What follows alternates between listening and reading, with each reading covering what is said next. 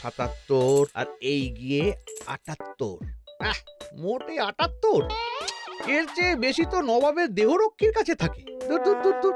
অনেকদিন মহারাজকে হাত করে মোহর নেওয়া হয়নি, কিছু একটা করতেই হবে।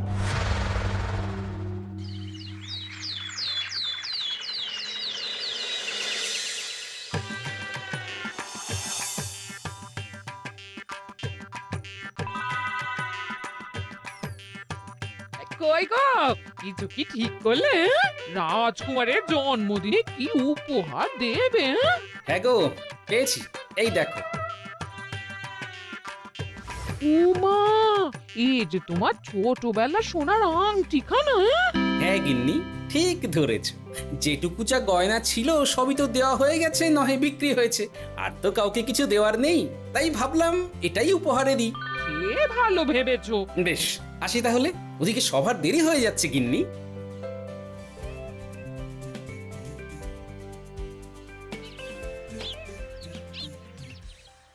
আচ্ছা শোনো, একটা কথা বলতে ভুলে গেছিলাম। আজ একটু তাড়াতাড়ি বাড়ি এসো, শাড়িওয়ালাকে আসতে বলেছি দুপুরে। আবার শাড়িওয়ালা কেন? আরে তুমি ভুলে গেলে, সামনে আমার বোনদির বিয়ে, তার জন্য নতুন শাড়ি লাগবে না গো। একমাত্র বড় মাসির মেয়ে বলে কথা। বুঝলাম।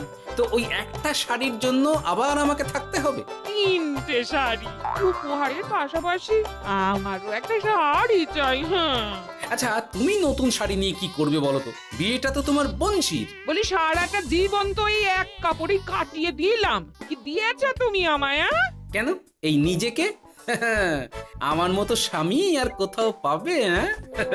ও সব মন ভুলানো কথাই আর চিড়ে ভিজবে না, তাড়াতাড়ি আসবে বলে দিলাম। হ্যাঁ অগত্যা।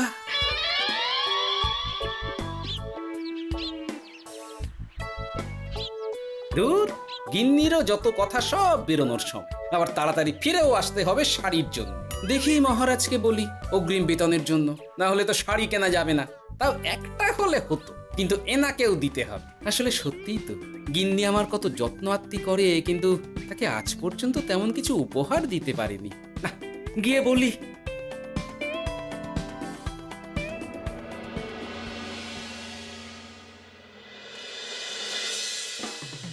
রাজকুমারের জন্মদিন উপলক্ষে যে আপনারা এত উপহার এনেছেন তার জন্য অনেক ধন্যবাদ। আপনাদের সকলের আশীর্বাদ ও ভালোবাসা আমি রাজকুমারের কাছে পৌঁছে দেব। এ আর এমন কি মহারাজ, জানেনই তো রাজকুমার আমাদের সকলের কাছে কত প্রিয়। ঠিক ঠিক। কিন্তু আমি অবাক হচ্ছি, আপনার প্রিয় গোপাল জন্মদিন ভুলে গেছে দেখে। এখনো পর্যন্ত তার কোনো পাত্তাই নেই। হ্যাঁ তাই তো, গোপাল আসেনি কেন? এসে গেছি মহারাজ। তা বলি, এসে তো উদ্ধার করে দিয়েছো। আজ রাজকুমারের জন্মদিন, সে কথা কি মাথায় আছে? ক্ষমা করবেন মহারাজ, আসলে ওই রাজকুমারের উপহার আর গিন্নির আবদার এসবের জন্যই আমার দেরি হয়ে গেল আর কি। এই নিন রানীমা, আমার তরফ থেকে রাজকুমারের জন্য ছোট্ট উপহার। অনেক অনেক ধন্যবাদ গোপাল। তবে মহারাজ, আমারও একটা অনুরোধ ছিল। কি? আমাকে যদি অগ্রিম বেতন হিসাবে কিছু মোহর দেন, তাই নিয়ে আমাকে একটু তাড়াতাড়ি বাড়ি ফিরতে হবে। উনি বলবেন আর ওনাকে দিতে হবে, মামা বাড়ির আবদার। যেটা জানেন না তার মাঝে এত কথা বলেন কেন? হ্যাঁ, আসলে মহারাজ, আমার গিন্নির বোনের মেয়ের বিয়ে সামনে, তাই গিন্নি আবদার করেছে ওই নতুন শাড়ি কেনার জন্য। জানেনই তো বিয়ে বাড়ির কত খরচা, তাই। এ তো খুব ভালো কথা, কিন্তু অগ্রিম বেতন কেন? এমন একটা ভালো খবর দিলে আমার তরফ থেকে তোমার জন্য কিছু মোহর উপহার। এই না। ধন্য মা আপনি, আপনার মতো মা থাকতে সত্যি ছেলের কোনো চিন্তা থাকে না রানীমা। ইস, বেটা আবার সুযোগ বুঝে মোহর পেল। কেন যে আমার এমন হয় না। এবার তাহলে আসি মহারাজ, গিন্নি ওদিকে অপেক্ষা করছে। হ্যাঁ হ্যাঁ, যাও যাও, আজ তাহলে সভা এখানেই শেষ করলাম। মহারাজ, আপনার সাথে আমার একান্তে কিছু কথা আছে। আমি অন্দরমহলে গেলাম। রানীমার আবার হঠাৎ কি হলো, ব্যাপারটা দেখতে হচ্ছে।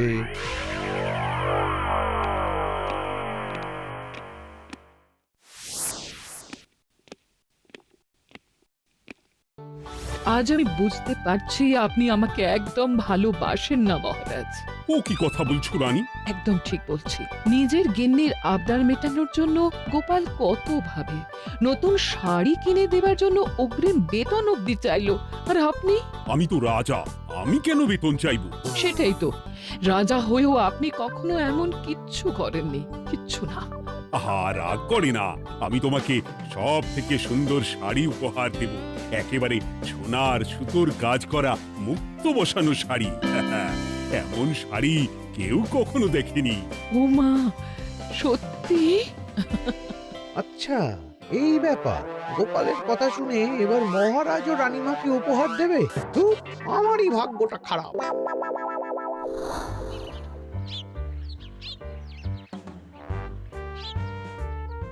হাজার চেষ্টা করেও গোপালকে আটকানো যায় না। দূর দূর দূর, আমি যা চেয়েছিলাম তা ওই গোপাল পেয়ে গেল। ও কি গো, তুমি কার সাথে কথা বলছো? দুর্ভাগ্যর সাথে। কি সব অলক্ষণে কথা? কি হয়েছে? কি আর হবে, সবই তো তোমার দোষ। আমার দোষ? হ্যাঁ, তুমি আমার কাছে বায়না করো না কেন কিছু? তুমি বায়না করনি বলেই আজ আমি রানীমার কাছ থেকে মোহর পেলাম না, কিন্তু গোপাল পেয়ে গেল। এবার বুঝলাম। ঠিক আছে, এখন তাহলে বায়না করছি, তুমি কাল গিয়ে সেটা রানীমাকে জানাবে, ঠিক আছে?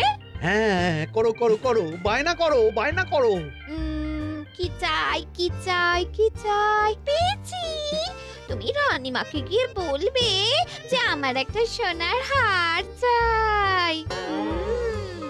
এই না হলে আমার বউ। দারুণ চাল চেলেছো।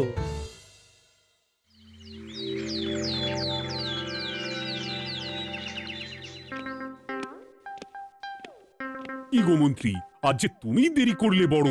আগে মহারাজ, আমাকে সময় নিয়ে শোনাতে শোনাতে মন্ত্রীমশাইয়ের মনে হয় নিজেরই সময় জ্ঞান খারাপ হয়ে গেছে। তুমি থামো তো মহারাজ, আমারও খুব বড় একটা বিপদ হয়ে গেছে। একমাত্র রানীমাই আমাকে বাঁচাতে পারবেন। আমাকে একটু ওনার সাথে দেখা করার অনুমতি দিন মহারাজ। কিন্তু তোমাদের রানীমা তো এখানে নেই। আসলে জানোই তো যে কুমার অনেক দূরে থাকে, তাই গতকাল রাতেই রওনা দিয়েছে। সে কি, রানীমা নেই? এবার কি হবে আমার? কেন কেন কেন, কি হয়েছে? আসলে মহারাজ, আমার বউ আমার কাছে সোনার হার গড়িয়ে দেওয়ার বায়না করেছে, তাই আমার। বুঝেছি বুঝেছি, চুপ করো তুমি।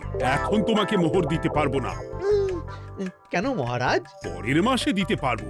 আসলে তোমাদের রানীমাকে সোনার সুতো দিয়ে কাজ করা এক শাড়ি উপহার করেছি সদ্য, যার জন্য অনেক খরচ হয়ে গেছে। তাহলে আমার সোনার হার পরের মাসে গড়িয়ে দিও। এটা তো ঠিক না। গোপাল আপনার প্রিয় বলে যখন যা চায় তখনই সাথে সাথেই পেয়ে যায়, আর আমার বেলায় এমন। এমন কোনো ব্যাপার নয় মন্ত্রী। মহারাজ, আপনি বরং আমাকে দেওয়া মোহরগুলো আমার অগ্রিম বেতন হিসেবে ধরুন, না হলে মন্ত্রীমশাই এমন অভিযোগ বারবার করবেন। আহা গোপাল, তোমাকে তো স্বয়ং রানীমা উপহার দিয়েছেন, এসব কিছু করতে হবে না। যেমন আছে তেমনই থাক। ঠিক আছে, আমিও দেখে নেব পরে। কি দেখে নেবে মন্ত্রী? না না, ও কিছু না মহারাজ, পরেই দেখে হার গড়ানোর কথা বলছি। না, মন্ত্রীর হাবভাব মোটেই ঠিক ভালো লাগছে না। বেটা মনে মনে নিশ্চয়ই কোনো ফন্দি আটছে আমার বিরুদ্ধে। কিছু একটা করতেই হবে। গোপালের ওই মোহর উপহার পাওয়াটা আমি কিছুতেই মেনে নিতে পারছি না। একটু মাথা খাটাই, একটু মাথা খাটাই। উপায় পেয়েছি। আমাকে এখনই নবাবের কাছে গিয়ে মহারাজের নামে বলতে হবে।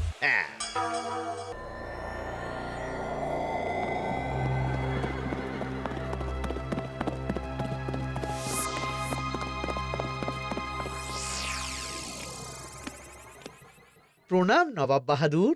আরে এদের কৃষ্ণনগরের রাজা কৃষ্ণচন্দ্রের মন্ত্রী, তো হঠাৎ এখানেই কেন? আমি নবাব বাহাদুরকে আন্তরিক ধন্যবাদ জানাতে এসেছি। কিসের জন্য? এই যে আমরা খুব খুশি রাজা কৃষ্ণচন্দ্রের মতো একজন শক্তিশালী রাজা পেয়ে। শুধু সামরিক বলেই নয়, আর্থিক, সামাজিক, রাজনৈতিক সব দিক থেকে। আর এটা সম্ভব হয়েছে আপনার মতো একজন নবাবের মহারাজের ওপর কৃপা দৃষ্টির জন্য। বলতেটা কি চাইছো তুমি? তেমন কিছুই না, আপনার গুণগান করছি। নইলে আপনিই বলুন না, আমাদের মহারাজ কখনো সোনার সুতোয় বোনা মুক্তোর কাজ করা শাড়ি কিনে রানীমাকে উপহার দিতে পারে? কি সোনার শাড়ি? হ্যাঁ, এমন দামি শাড়ি যা হয়তো নবাবের কাছেও নেই। ঠিক আছে, ঠিক আছে, তুমি তুমি এখন আসতে পারো। আর শোনো, আমি তোমাদের রাজ্য পরিদর্শনের জন্য লোক পাঠাবো। কবে কখন সেটা কাল তোমাদের সূচনা পাঠিয়ে দেবো, কেমন? তো ঠিক জায়গাতেই আগুনটা ধরিয়েছি মনে হচ্ছে। বেশ, ব্যাপারটা আমার মোটেই ঠিক লাগছে না উজির। কৃষ্ণচন্দ্রর মতো এক সামান্য রাজা এত দামি শাড়ি কিনলো কি করে? কালো বাজারি করছে না তো? আমিও একই কথা ভাবছিলাম হুজুর। এক কাজ করো, কালকে কৃষ্ণনগরে খবর পাঠাও। 2 দিন পর রাজকার্য পরিদর্শনের জন্য তুমি সেখানে যাবে। সব খতিয়ে দেখবে, আর কিছু বেগতিক বা গরমিল দেখলে সেটা বাজেয়াপ্ত করে নেবে, কেমন? আজ্ঞে হুজুর।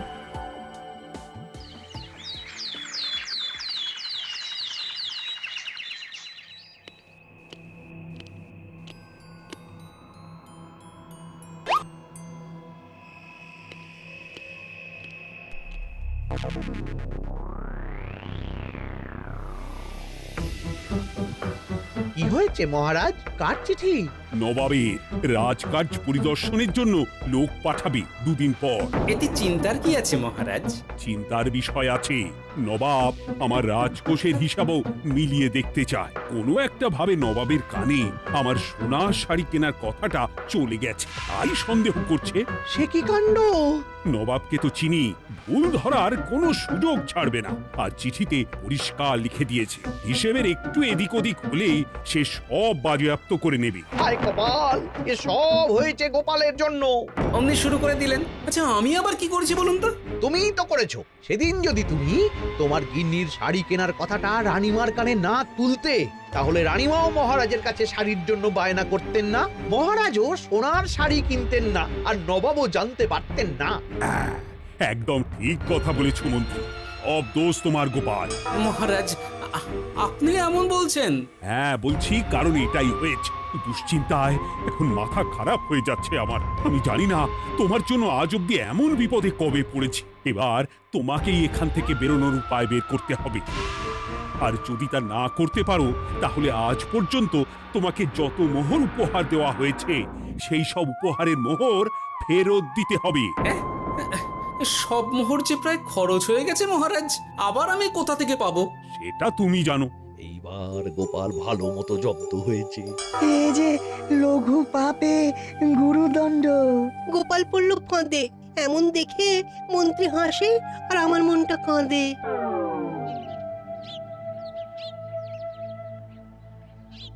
এখানে বসে কি করছো গো গিন্নি? এসে পড়েছ? ওমা, তোমার মুখটা এমন শুকনো দেখাচ্ছে কেন? আর বলো না, এই হিসেবের ঠেলায় সবকিছু বেহিসাবি হয়ে যাচ্ছে একেবারে। আচ্ছা, তুমি কি করছিলে ওই রসিদগুলো নিয়ে? দেখে হিসেব করছিলাম এই মাসে অনেক খরচ হয়েছে কিনা, সেই বুঝে পরের দিনগুলো চালাতে হবে গো। কি বলে? রসিদ দেখে হিসেব কষা? রি, এটা তোমার মাথাতেই আসেনি। ধন্যবাদ গিন্নি, আরো একবার তোমার জন্য এই যাত্রায় আমি বেঁচে যাব মনে হচ্ছে। বেঁচে যাবে কেন? কি হয়েছে? আচ্ছা, আমাকে আবার একটু রাজপ্রাসাদে যেতে হবে। আমি এলাম গিন্নি। কি যে বলে লোকটা, কিছুই বুঝতে পারি না।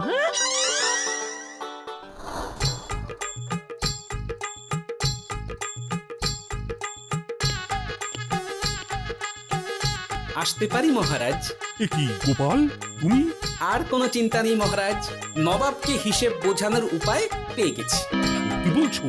কি উপায়? এই দুদিনে আপনি শুধু সকল প্রজাদের কাছ থেকে পুরনো রসিদ সংগ্রহ করুন, তাহলেই কেল্লা ফতে। তাই নাকি? আর নয়তো কি? তবে এ ব্যাপারে মন্ত্রী মশাইকে কিন্তু কিচ্ছু জানতে দেওয়া যাবে না। শুধু আমি যা বলছি তাই করুন মহারাজ। সে তো বুঝলাম, কিন্তু প্রজাদের থেকে পুরনো রসিদ সংগ্রহের কথা ঘোষণা করলেই মন্ত্রী এমনি জানতে পেরে যাবে। চিন্তা করবেন না মহারাজ, আমার কাছে এটারও উপায় আছে। আপনি শুধু খেয়াল রাখবেন যাতে এই কথা 5 কান না হয়। বাকিটা ভরসা রাখুন, কৃষ্ণনগরের একটা ঘাসও নবাব বাজেয়াপ্ত করতে পারবে না।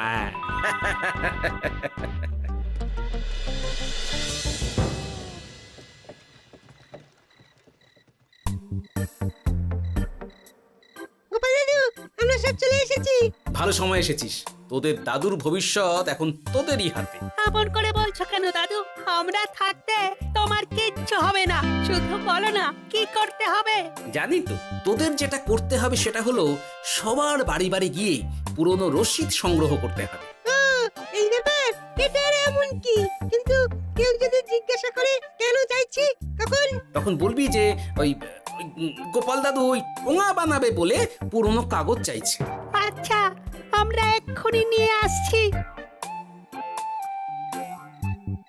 যাক, প্রথম ধাপ হয়ে গেল, এবার পরের ধাপের প্রস্তুতি। যাই, একবার বরং বিজ্ঞানীর কাছ থেকে ঘুরে আসি। বিজ্ঞানী, ও বিজ্ঞানী, বাড়ি আছো? আরে গোপাল যে, এসো এসো ভেতরে এসো। বলো, তোমাকে কিভাবে সাহায্য করতে পারি? তোমার কাছে কালি মোছা যায় এমন কোনো কিছু আছে? কালি মোছার জিনিস? হ্যাঁ, একটা তরল রাসায়নিক পদার্থ আছে যেটা সব ধরনের কালি তুলে ফেলে। দাঁড়াও দিচ্ছি। অনেক ধন্যবাদ বিজ্ঞানী।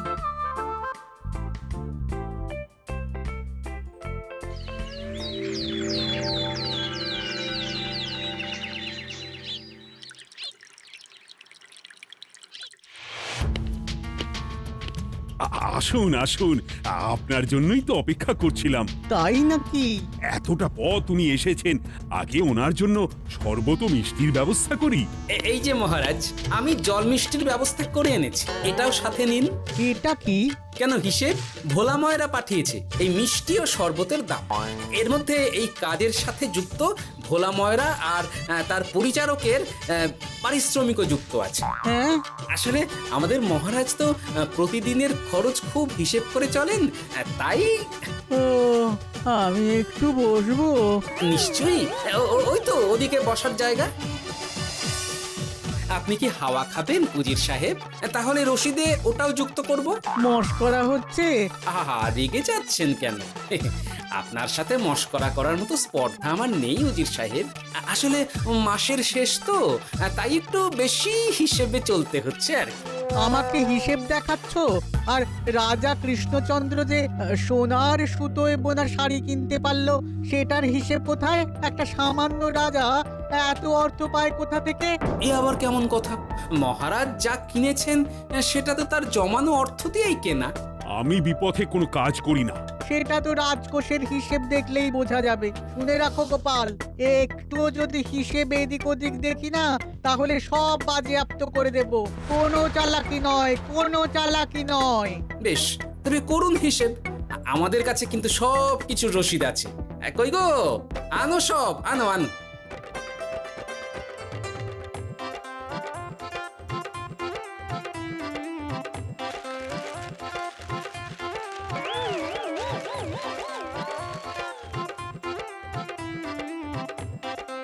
হ্যাঁ, এত রসিদ? আপনি বরং নিশ্চিন্তে হিসেব কষে নিন, আমরা আসি।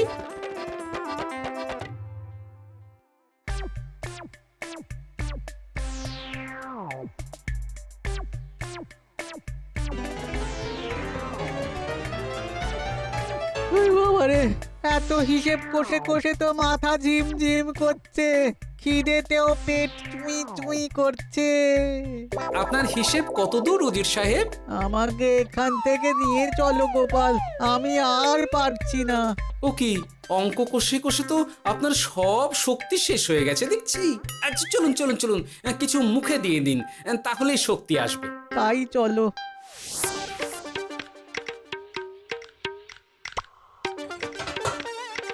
নিন, এটা হলো দুপুরের খাবার, আনাজ মশলা এমনকি রান্নার ঠাকুরেরও পারিশ্রমিকের হিসেব। এবার আমি পাগল হয়ে যাব। আমি আর কোনো হিসেব দেখতে চাই না। সব সময় কি এত হিসেব নিয়ে চলা যায় নাকি? কি আর করা যাবে বলুন? হিসেবে না চললে আপনি তো মহারাজের উপার্জনের উপর সন্দেহ করবেন, আর বেশি খরচ হলেই সম্পত্তি বাজেয়াপ্ত করবেন। তাই বলে সব কিছুতেই হিসেব? কোনো একদিকে বেশি খরচ হলে বাকি দিকগুলো এভাবেই কম করে চলতে হয়। কি ঠিক বলিনি? আমি আমার ভুল বুঝতে পেরেছি গোপাল, এবার আমাকে রেহাই দাও। আসলে তোমাদের মন্ত্রী নবাবের কাছে গিয়ে তোমাদের রাজা নামে উস্কেছে। কি? মন্ত্রী? এই রে, খেয়েছে, আর পালাতে হবে দেখছি। ঠিক জানতাম মোহরের জন্যই এত কিছু। তাই তো নবাব এমন করেছেন। বেশ, এবার আমি ফিরে গিয়ে নবাবকে সব জানিয়ে দিচ্ছি। সত্যি গোপাল, তোমার তুলনা হয় না। আর মন্ত্রী, আগে মহারাজ, তুমি যা করেছো তার কোনো ক্ষমা নেই। তোমার জন্যই আমার এত হয়রানি হয়েছে। ভুল হয়ে গেছে, আমাকে ক্ষমা করে দিন মহারাজ। গোপালের ওপরে হিংসে করে এমন করেছি, আর হবে না। একটা সুযোগ দিন মহারাজ। হ্যাঁ মহারাজ, সুযোগ দিয়েই দিন। বেশ, তবে তোমার শাস্তি হলো রানীমাকে আমি যে সোনা শাড়ি কিনে দিয়েছি সেটার পুরো দাম তোমাকে আমায় দিতে হবে।